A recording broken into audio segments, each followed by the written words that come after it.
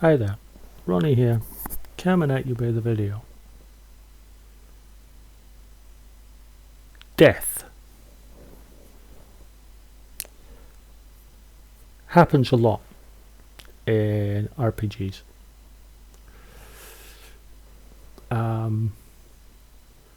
Due to the nature of many RPGs, heroes mowing down monsters and stormtroopers and all kinds of nefarious NPCs.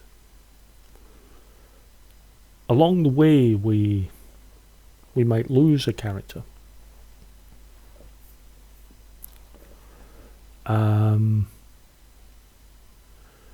Or, one of the other players might lose a character.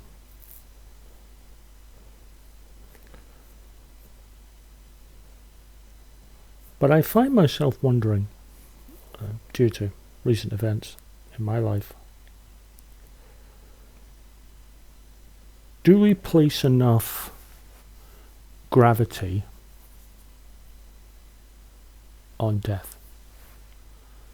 I mean, let's be honest, death in cinema sells. Heroes killing hundreds of bad guys without a twinge on their conscience.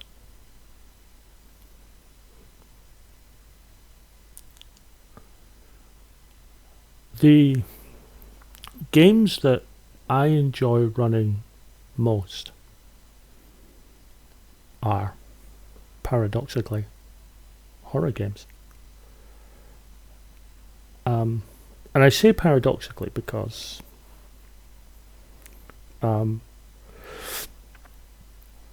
horror is a genre, particularly when you talk about slashers,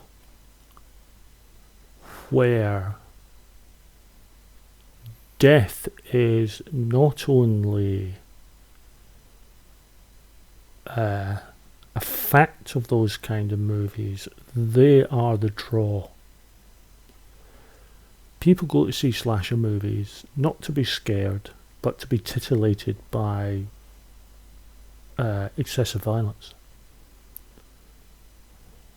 And it's why I'm not a really big lover of slashers. In fact, I don't like slashers at all. I find them incredibly sadistic to the point where I can't watch them.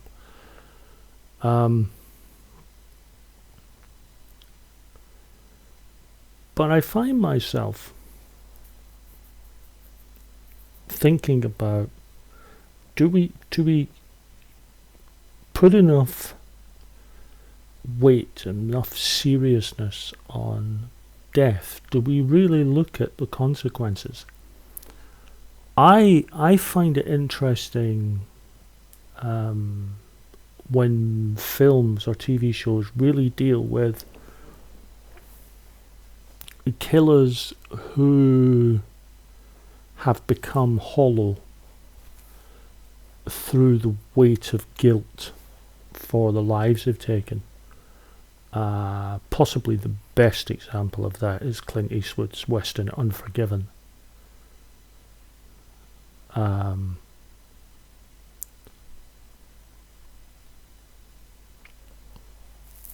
Although there are plenty of others. There's people haunted by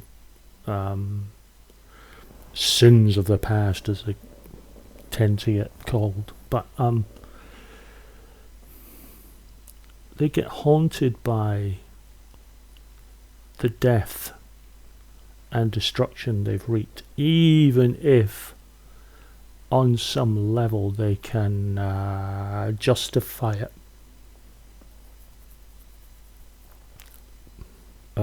Intellectually, in terms of their soul, for want of a better word, they find it difficult to cope. And I like those films more. When I was a kid, I just wanted high action, body count galore. As I've gotten older, I've found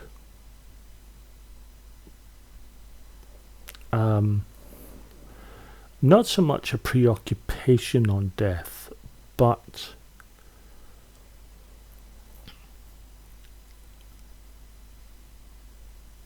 making sure that a death has resonance. And not just from player characters or NPC or major NPCs, but because the other thing is, you might take down a small group of orcs in a fantasy game, and to you and the party, it was just another raiding party of orcs. Boom, boom, boom. Bit of sword fodder. But those orcs were part of a tribe. They had a family. They had people. Whilst they were next to nothing in the story of your player characters, they were a major part of someone's life. Someone is going to miss them. Someone is going to grieve.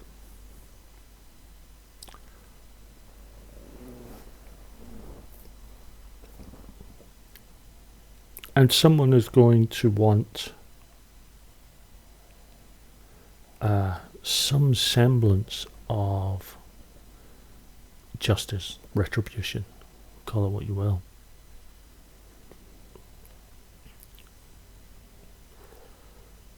I think it's easy.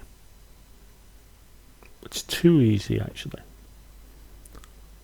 in a role-playing game to disseminate and give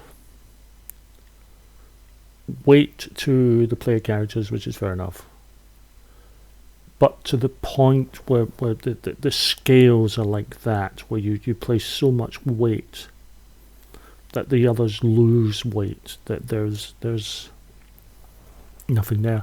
And this also goes back to something I've said often about consequence. Consequences for actions, and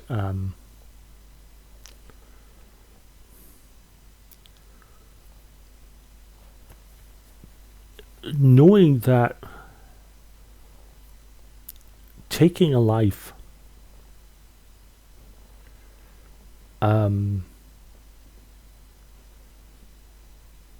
will have repercussions. It's the stone rippling in the water, and even if it's as a natural death, it can have weight, it can have resonance. An old man dying,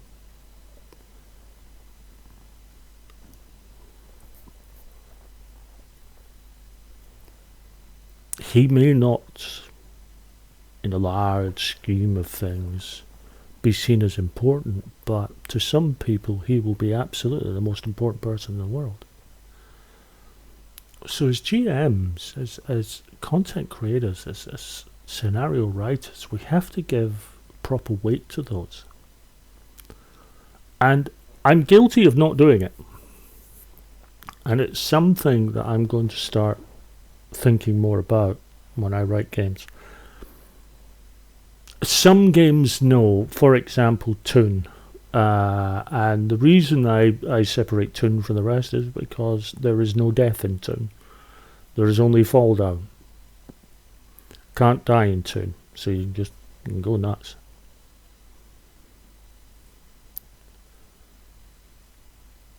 But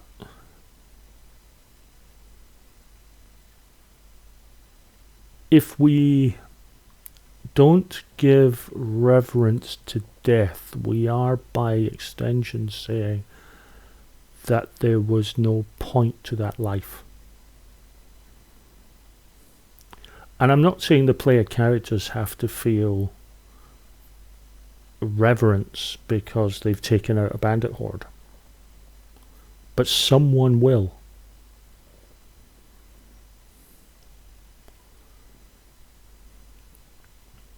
And whilst the effect may not be felt directly by the player characters immediately, it provides a story narrative that can come back. One of the best examples of that idea is Kill Bill. Kill Bill kicks off with this fight with the bride and Vivica Fox's character, whose snake code name I can't remember. And they have this huge fight in her living room, in her kitchen, and she eventually kills, the bride kills her. It's not a spoiler, it's right at the start of the film. But Vivica Fox has a child, and the child sees that her mother has died, has been killed. And the bride actually turns round to the child and says, you grow up if you want to come looking for me because of this. I'll be waiting. Now apparently Tarantino has plans for that movie, has plans for that storyline for the young girl now grown up, because it's been about 20 years since that movie was out. That young girl now grown up and going after the bride in retribution for her mother. That is a great idea.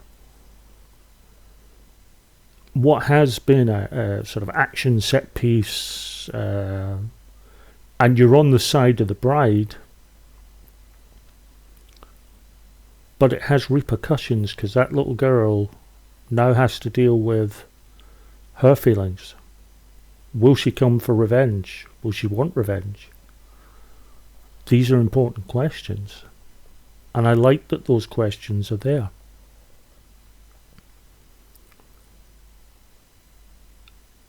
So I want to do, when I'm writing games now, I want to give more weight to death. And I don't mean I want TPKs or excessive body counts or anything like that. I mean that every death in a game, every death, be it a PC, be it an NPC, I'm not even going to say major or anything like that, just PC or NPC. There are ripples, there are consequences, there are reasons beyond. And I think we should embrace that. I don't think we should make light of death.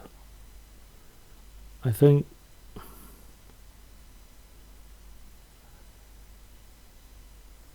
we need to be more human. That's my thoughts anyway.